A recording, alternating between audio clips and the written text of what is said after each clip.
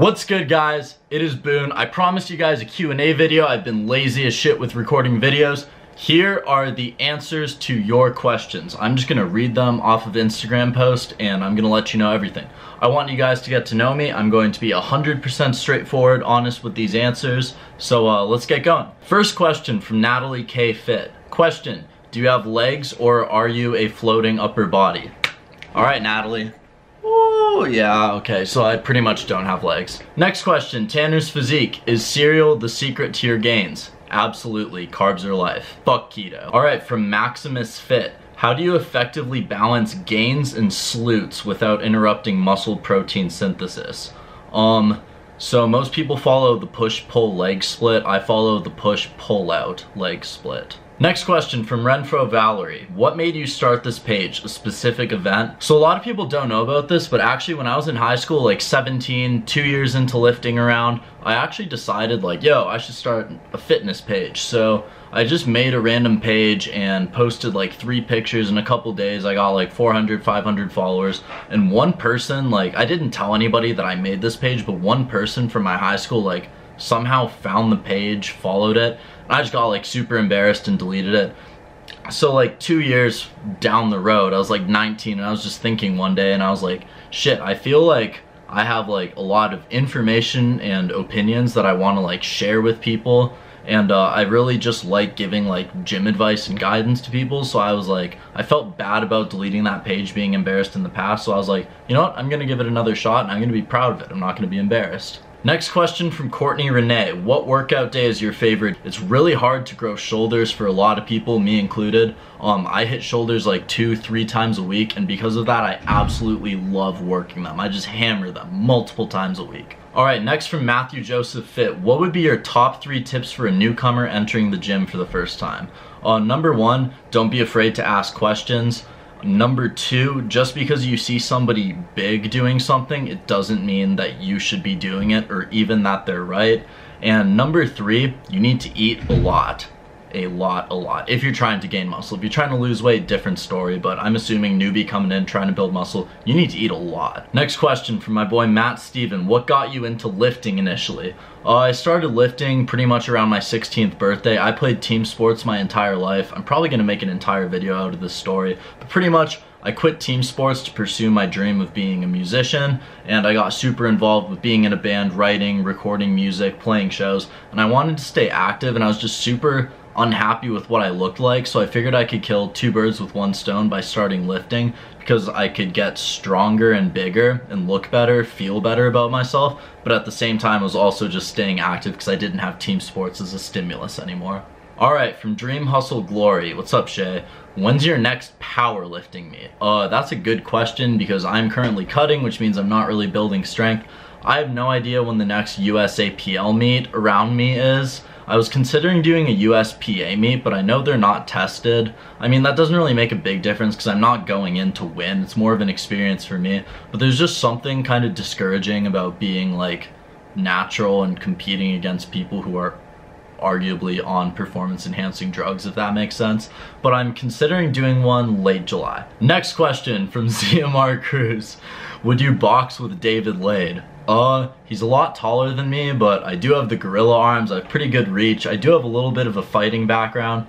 You know what? I'd consider that. Chandler Hudson, what would be your number 1 tip for someone who can't seem to gain weight even when macros seem to be on point?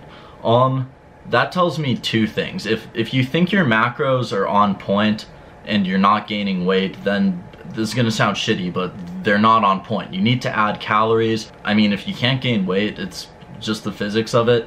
You're not eating enough. Even if you think you are, add more. 4,000 calories, not gaining weight, make it 4,200, make it 4,500. Sounds like a lot, but you gotta do what you gotta do. Next question, how long have you been training? So I turned 20 in February, and that was the 4-year mark, so I've been training for 4 years. All right, next question by Fitness by Alicia. How often do you train ego? You know, the really interesting thing about it is this girl has slid into my DMs multiple times asking me for advice or information, and I very willingly helped her because I literally made this page to help people and spread information. And now she's kind of publicly trying to spread hate on my page and say that I have an ego. Okay, let's check out her page real quick. Oh wait, I can't check out her page because she blocked me. On another note, next question. I am Corey Owen. How big's your cock? Not big enough to talk about on YouTube. Alright, here's a good one. Next question from Woosthetics. Would you ever hop on the juice? I'm just gonna ramble for like the next 30 seconds about this shit. So, I've been very tempted to for a long time. Any experienced lifter who said that they aren't tempted by it or like, oh, I've never even thought about it, I always want to stay natural, they're fucking lying to you. Honestly, like, it gets discouraging to a certain degree. Even if you're not like ego lifting, if you're down to earth and you just genuinely want to like test your limits, see your progress, it's still discouraging when you step in the gym and you see people who are very obviously on performance enhancing drugs and they're achieving like ridiculous things, you know? They're at a low body fat, like 9-10%, but they have huge muscle fullness when like every time you diet down, you just look flat. Because like, you know, I see some people in the gym, once again, I'm at the University Rec Center, I see some frat bros who are like, they have no idea what the fuck they're doing. They've probably been lifting dedicated for like 3 to 4 months. They hop on a cycle of like, whatever the fuck they cycle, SARMs, testosterone, D-ball, whatever. And these kids blow up. They look absolutely massive, and I'll walk next to them and, you know, not to talk myself up, but like, I'm experienced, I know what I'm doing, and I'll look at somebody and I'll be like, I feel like small and weak next to you. But if I asked you anything about like lifting, nutrition, supplementation, they'd be like, yo, I don't know, bro, I take fucking protein and I hit arms like 4 times a week, chest every other day. But then on the other side of the spectrum, like, I've literally already dedicated so much of my page to like what should be achievable naturally and showing you guys that you don't need to be some like IFBB competitor type person to like achieve a body that you really like. That's kind of the mission statement of my page, is like achieving really good gains realistically. So I think it might be kind of counterintuitive if I were to hop on, let alone all the like, you know, health effects, acne, high blood pressure, like bitch tits. I'm terrified of getting bitch tits. Like I have normal nipples and I'm trying to keep it that way. But yeah, it's honestly, it's really tempting. Like, I've done a ton of research on it and I don't think it's for me, but still it's like everybody has that thought in their head of like,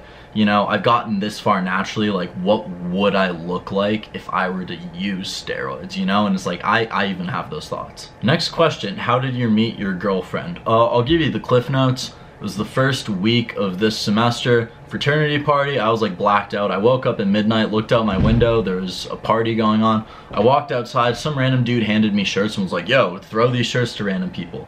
And I just made eye contact with this girl like 50 feet away and was like, yo, I'm gonna throw like a Brett Favre bomb to her, right? So I give like a perfect throw, then the girl next to her caught the shirt instead, and I was like, fuck, I need to go up and talk to this girl.